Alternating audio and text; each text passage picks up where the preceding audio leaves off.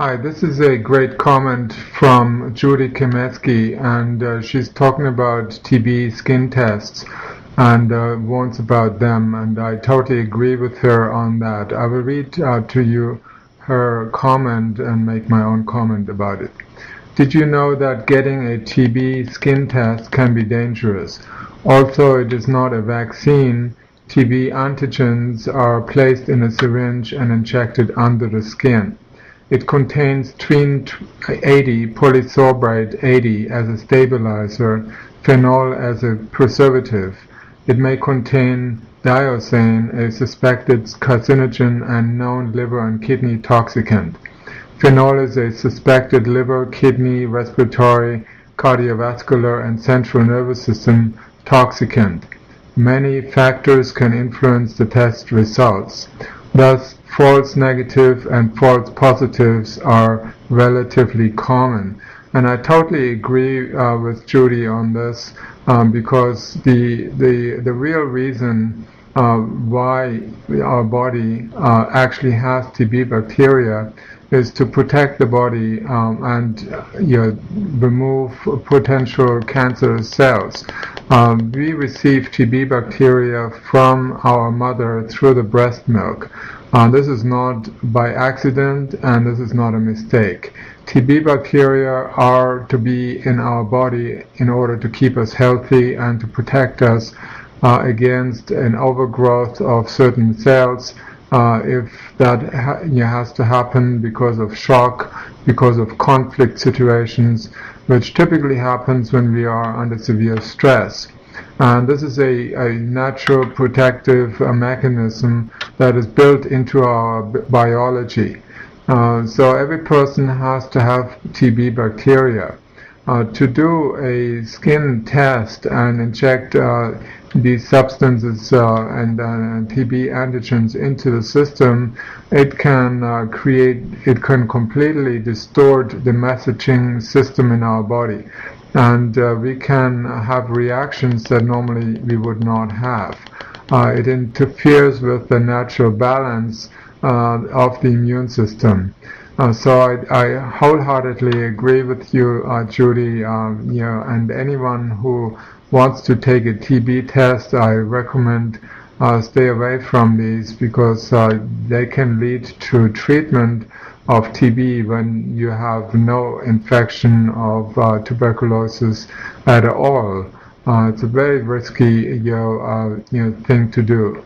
If you are concerned, it's best to expose your skin to the sunlight. In the 1920s, anyone who had tuberculosis and came to the doctor who was versed in tuberculosis and how the body can deal with it naturally is to take people into high altitude mountain regions in Switzerland where they would have a higher dosage of UV radiation.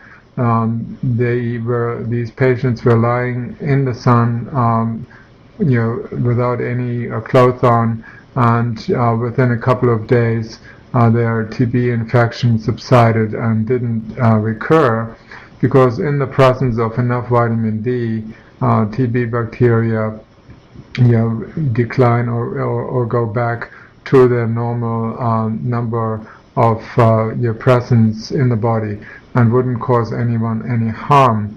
If there's any cancer growth in the body, eventually the TB bacteria will assemble in that area and build up inside these cancer cells until there's a saturation point of these TB bacteria, which will then be used by the body in order to decompose, infect and decompose these cancer cells. So TB bacteria are part of the last line of defense that the body uses in order to dispose or get rid of any cancer growth that may have occurred as a result of severe stress, conflict, trauma, that may have required for the body to build extra cells, which unfortunately we call cancer cells. These extra cells, they take over some of the functions or the higher demand for activity in certain parts of the body, such as the lungs, that may need to produce extra cells to take up the oxygen in order to supply the body with extra oxygen during stressful experiences, often called the fight or flight response. So during stress or fight or flight, or constant fight or flight, the body has to build extra cells in order to accommodate the extra demand for energy and oxygen and nutrients. And so when that stress is over, the body will basically break down these extra cells. In order to do that, it requires infection with the help of candida bacteria, virus materials, as well as TB bacteria, tuberculosis.